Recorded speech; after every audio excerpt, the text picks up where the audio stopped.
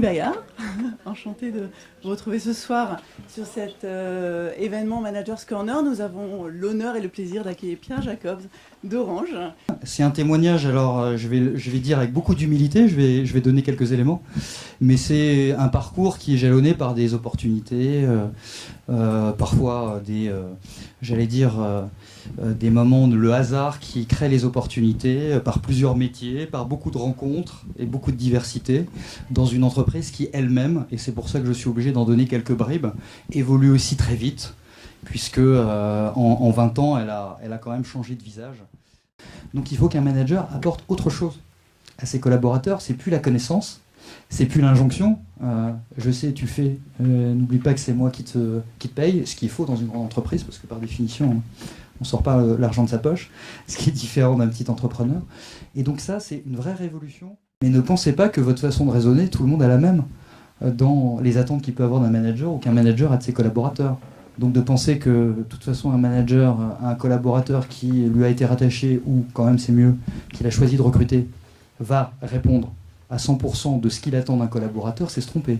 Je pense qu'il y a aujourd'hui une façon d'apprendre qui est réciproque entre un collaborateur et un manager. Je pense qu'il y a finalement, on parle beaucoup de matriciel, de transversal, on travaille beaucoup en gestion de projet, parce que je pense que la hiérarchie, en tout cas en termes de hiérarchie, de connaissances, j'allais dire de compétences, presque de niveau, souvent donné à l'origine par son métier et le niveau sur lequel on était entré dans l'entreprise, donc quelque chose de très ancien et très traditionnel, je pense est en train de se gommer, et on a finalement, entre collaborateurs et managers, on n'a plus une relation seulement de chef et une forme de soumission ou d'asservissement du collaborateur, mais on a des gens qui doivent s'apporter des choses réciproquement. Et à partir c'est à relier à tout ce que je vous ai dit avant sur la culture, la curiosité, la façon de voir les choses, il faut que les managers acceptent de se remettre en cause.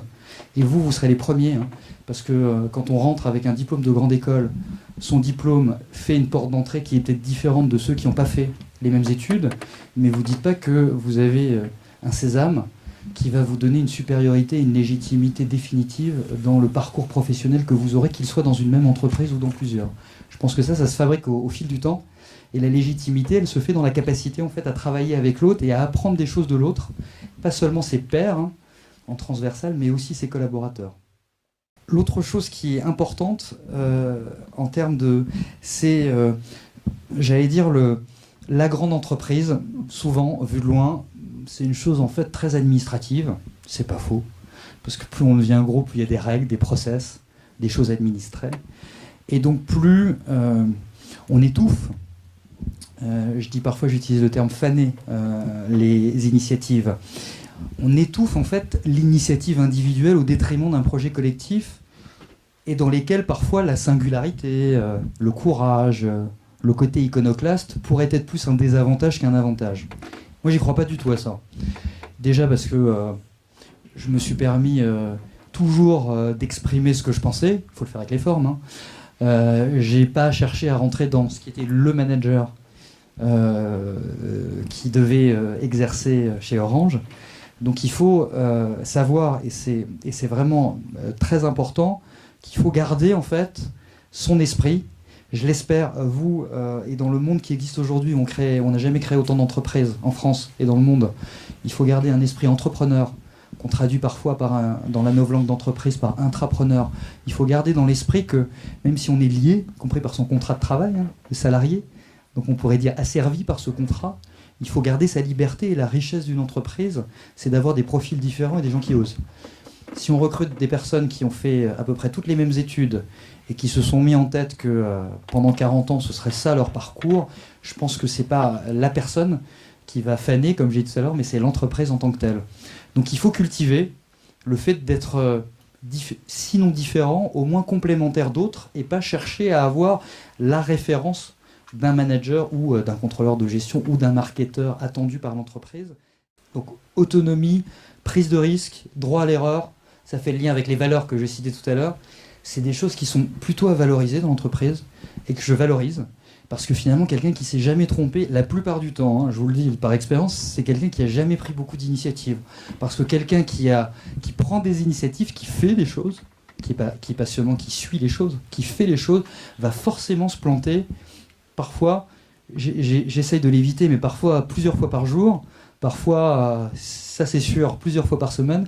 Mais je dis, ce droit à l'erreur, c'est presque une certification de qualité d'un collaborateur. Il faut l'affirmer, et donc je l'affirme. Et l'affirmer, c'est aussi libérer en fait des personnes qui, dans un système très organisé, forcément est influencé par ce qu'il observe dans son environnement. Donc il faut aussi que le management ose affirmer ses valeurs et la manière dont il souhaite que ses collaborateurs avancent pour leur donner envie d'avancer, j'allais dire pas sans risque.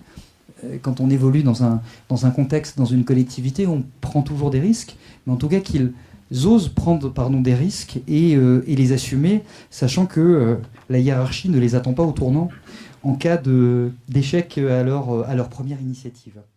Je pense qu'aujourd'hui, à 20 ans, on trouverait ça inacceptable qu'un homme et une femme ne soient pas embauchés au même salaire. Et d'ailleurs, aujourd'hui, vous l'êtes embauchés au même salaire dans une entreprise, dans la plupart des entreprises. Hein. Mais aujourd'hui, quand on regarde le parcours et des gens qui sont rentrés dans l'entreprise il y a 10 ans, il y a 20 ans, il y a 30 ans, cette évidence n'en était pas une. Et il y avait aussi beaucoup d'inégalités salariales qu'on essaye de corriger.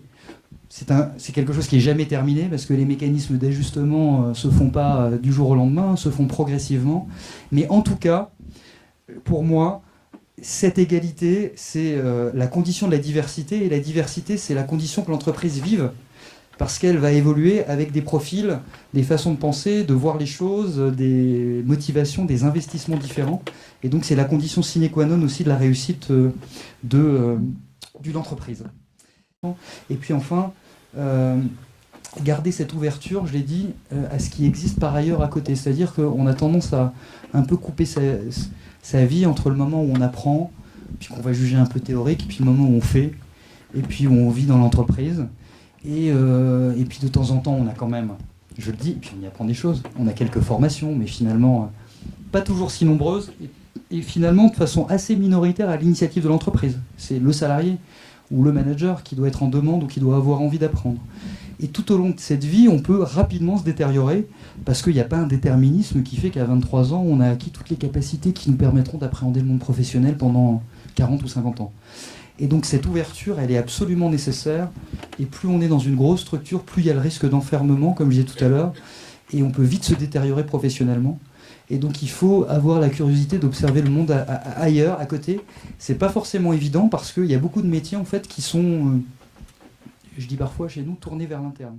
Il faut savoir aussi regarder ce qui se passe ailleurs, se remettre en cause, et qu'on doit avoir cette capacité, les managers, je donnais un peu l'exemple, c'est un peu l'exemple du musée tout à l'heure, mais on doit être en capacité d'emmener ses collaborateurs, de les pousser aussi à voir ce qui a bougé, parce que sinon on va être rentré dans une habitude, on va penser qu'on est un bon manager ou un bon collaborateur, et on va se détériorer, parce qu'à la fois, dans certains domaines, même ses connaissances pures disparaissent très vite. Un juriste qui ne se remettrait pas en cause aura quand même du mal à être un bon juriste pendant 40 ans, mais un manager aussi aura du mal, et même s'il a fait ses preuves dans plusieurs situations professionnelles, sur plusieurs postes, aura du mal à l'être sur la durée longue s'il ne se remet pas en cause lui-même.